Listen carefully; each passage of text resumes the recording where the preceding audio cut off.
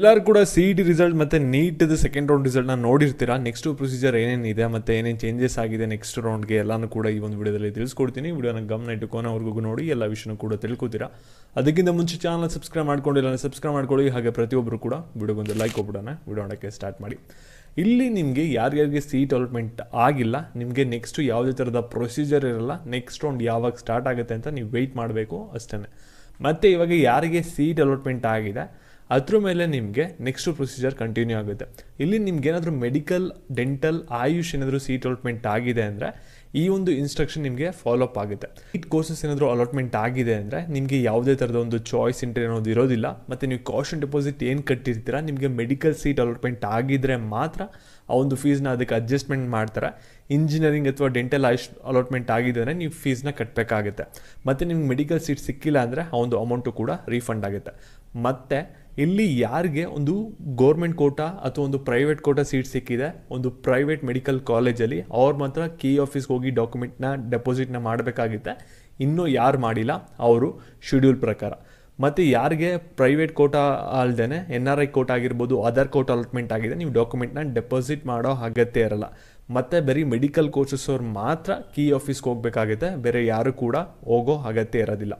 ಮತ್ತು ಇಲ್ಲಿ ನಿಮ್ಗೇನಾದರೂ ಮೆಡಿಕಲ್ ಸೀಟ್ ಅಲಾಟ್ಮೆಂಟ್ ಆಗಿರೋದು ಇಷ್ಟ ಆಗ್ತಾಯಿಲ್ಲ ಅಂದರೆ ನೀವು 25ನೇ ತಾರೀಕು ಒಳಗಡೆ ಕೀ ಆಫೀಸ್ಗೆ ಹೋಗಿ ಆ ಒಂದು ಸೀಟ್ನ ಕ್ಯಾನ್ಸಲ್ ಮಾಡ್ಕೋಬೋದು. ಆದರೆ 1 lakh ಡೆಪಾಸಿಟ್ ನೀವೇನು ಕಟ್ಟಿರ್ತೀರ ಸೆಕೆಂಡ್ ರೌಂಡ್ನ ಅಟೆಂಡ್ ಮಾಡೋಕ್ಕೆ ಅದನ್ನ ಫೋರ್ಫಿಟ್ನ ಮಾಡ್ಕೋತಾರೆ.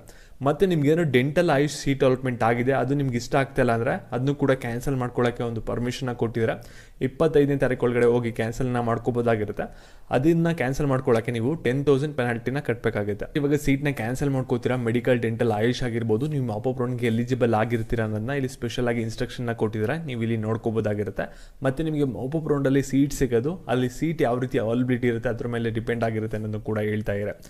ಜೊತೆಗೆ ಇಲ್ಲಿ ಯಾರ್ಯಾರು ಇವಾಗ ಸೀಟ್ನೂ ಕೂಡ ಕ್ಯಾನ್ಸಲ್ ಮಾಡ್ಕೊಳ್ಳಲ್ಲ ಮತ್ತು ಕಾಲೇಜ್ಗೆ ಹೋಗೂ ರಿಪೋರ್ಟ್ ಆಗಲ್ಲ, ಅವರಿಗೆ ಲೀಗಲ್ ಆ್ಯಕ್ಷನ್ನ ತಗೋತಾರೆ. ಜೊತೆಗೆ ನಿಮಗೆ 1 year ಫೀಸ್ನೂ ಕೂಡ ನೀವು ಕಟ್ಟಬೇಕಾಗುತ್ತೆ.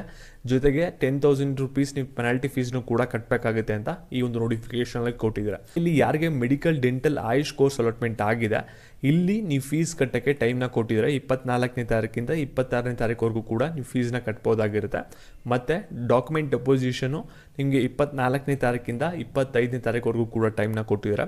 ಮತ್ತು ಅಡ್ಮಿಷನ್ ಆರ್ಡ್ರನ್ನ ನೀವು 24ನೇ ತಾರೀಕಿಂದ 26ನೇ ತಾರೀಕುವರೆಗೂ ಕೂಡ ನೀವು ಅಡ್ಮಿಷನ್ ಆರ್ಡ್ರನ್ನ ಡೌನ್ಲೋಡ್ನ ಮಾಡ್ಕೋಬೋದಾಗಿರುತ್ತೆ. ಮತ್ತು ಕಾಲೇಜ್ಗೆ ಹೋಗಿ ರಿಪೋರ್ಟ್ ಆಗೋಕ್ಕೆ ನಿಮಗೆ 26ನೇ ತಾರೀಕು ಬಂದ್ಬಿಟ್ಟು ಲಾಸ್ಟ್ ಡೇಟ್ ಆಗಿರುತ್ತೆ. ಸರಿನಾ?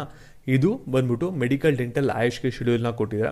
ಮತ್ತು ಇವಾಗ ನಾವು CET ಕೋರ್ಸಸ್ ಬಗ್ಗೆ ಬರೋದಾದರೆ ಇಲ್ಲಿ CET ಸ್ಟೂಡೆಂಟ್ಸ್ಗೆ ನಿಮಗೆ ಇಲ್ಲಿ ಇನ್ಸ್ಟ್ರಕ್ಷನ್ಸ್ಗಳನ್ನ ಕೊಟ್ಟಿದ್ದಾರೆ. ಇಲ್ಲಿ ನಿಮ್ಗೆ ಏನಾಗುತ್ತೆ ಅಂದರೆ ಚಾಯ್ಸ್ ಟೂಲಿ ನೀವೇನಾದರೂ ಇವಾಗ ಸೀಟ್ನ ಹೋಲ್ಡ್ ಮಾಡ್ಕೋತೀರಾ ಅಂದರೆ ಇಲ್ಲಿ ನಿಮಗೆ ಇಂಜಿನಿಯರಿಂಗ್ ಸೀಟ್ ಏನಾದರೂ 1 lakh ಫೀಸ್ ಇರೋದು ಅಲಾಟ್ಮೆಂಟ್ ಆಗಿದೆ ಅಂದರೆ ಅಷ್ಟು ಫೀಸ್ನು ಕೂಡ ಕಟ್ಬಿಟ್ಟು ಆಮೇಲೆ ನೀವು ಸೀಟ್ನ ಹೋಲ್ಡ್ ಮಾಡ್ಕೋಬೇಕಾಗುತ್ತೆ ನೀವು ಚಾಯ್ಸ್ 2ನ ಕೊಟ್ಟಾಗ.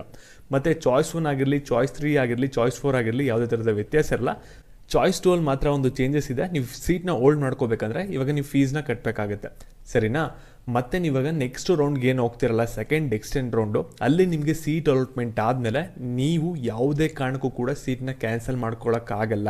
ಮತ್ತು ನೀವು ನೆಕ್ಸ್ಟ್ ರೌಂಡಲ್ಲಿ ಸೀಟ್ ಅಲಾಟ್ಮೆಂಟ್ ಆದಮೇಲೆ ನೀವು ಕಾಲೇಜಿಗೆ ಅಡ್ಮಿಷನ್ ಆಗಲ್ಲ ಅಂದರೆ CET ಕೋರ್ಸಸ್ಸಲ್ಲಿ ನಿಮಗೆ ಏನಾದರೂ 1 ಲಕ್ಷ ಇರೋವಂಥ ಫೀಸ್ ಏನಾದರೂ ಸೀಟ್ ಅಲಾಟ್ಮೆಂಟ್ ಆಯಿತು ಅಂದರೆ ನೀವು ಅಡ್ಮಿಷನ್ ಆಗಿಲ್ಲ ಅಂದರೆ 5 ಲಕ್ಷನ KA ಕಟ್ಕೊಡ್ಬೇಕಾಗುತ್ತೆ. ಆ ರೀತಿ ಒಂದು ರೂಲ್ಸ್ ಆ್ಯಂಡ್ ರೆಗ್ಯುಲೇಷನ್ಸ್ ಇರುತ್ತೆ, ಅದನ್ನ ತಲೆಯಲ್ಲಿ ಇಟ್ಕೊಳ್ಳಿ. ಇಲ್ಲಿ ನಿಮಗೆ ಶೆಡ್ಯೂಲ್ನು ಕೂಡ ಕೊಟ್ಟಿದ್ದಾರೆ. ಒಂದು ಲಿಂಕ್ ಮೇಲೆ ಕ್ಲಿಕ್ ಮಾಡಿದ್ರೆ ಪೋಸ್ಟ್ ಅಲಾಟ್ಮೆಂಟ್ ಶೆಡ್ಯೂಲಲ್ಲಿ ನಿಮಗೆ ಇಲ್ಲಿ ಓಪನ್ ಆಗ್ತಾಯಿಲ್ಲ. ಇಲ್ಲಿ ಮೆಡಿಕಲ್ಗೆ ಬೇರೆ ಒಂದು ಶೆಡ್ಯೂಲ್ ಇರುತ್ತೆ, ಒಂದು ಫೀಸ್ ಕಟ್ಟೋಕ್ಕಾಗಿರಲಿ, ಅಡ್ಮಿಷನ್ ಡೌನ್ ಮಾಡ್ಕೊಳ್ಳೋಕ್ಕಾಗಿರಲಿ, ಮತ್ತು ಕಾಲೇಜ್ಗೆ ಹೋಗಿ ರಿಪೋರ್ಟ್ ಆಗೋಕ್ಕಾಗಿರಲಿ, ಇವ್ರಿಗೆ ಬೇರೆ ಶೆಡ್ಯೂಲ್ ಇರುತ್ತೆ. ಮತ್ತು CET ಸ್ಟೂಡೆಂಟ್ಸ್ಗೆ ಬೇರೆ ಶೆಡ್ಯೂಲ್ ಇರುತ್ತೆ. ಆ ಒಂದು PDF ಓಪನ್ ಆಗ್ತಾಯಿಲ್ಲ, ಅದು ಓಪನ್ ಆದಮೇಲೆ ನೀವು ಡೌನ್ಲೋಡ್ ಮಾಡಿ ನೋಡ್ಕೋಬೇಕಾಗುತ್ತೆ. ಅದು ನಿಮಗೆ ಅಪ್ಡೇಟ್ ಆದಮೇಲೆ ಟೆಲಿಗ್ರಾಮಲ್ಲಿ ಶೇರ್ ಮಾಡ್ತೀನಿ. ಈ ಒಂದು ಚಾನಲ್ಗೆ ಜಾಯ್ನ್ ಆಗಿರಿ. ಈ ಅಪ್ಡೇಟ್ಸ್ಗಾಗಿ ಚಾನಲ್ ಸಬ್ಸ್ಕ್ರೈಬ್ ಮಾಡ್ಕೊಳ್ಳಿ. ಹಾಗೆ ವಿಡಿಯೋಗೊಂದು ಲೈಕ್ ಕೊಟ್ಬಿಟ್ಟು ಎಲ್ಲರಿಗೂ ಕೂಡ ಶೇರ್ ಮಾಡಿ. Thank you.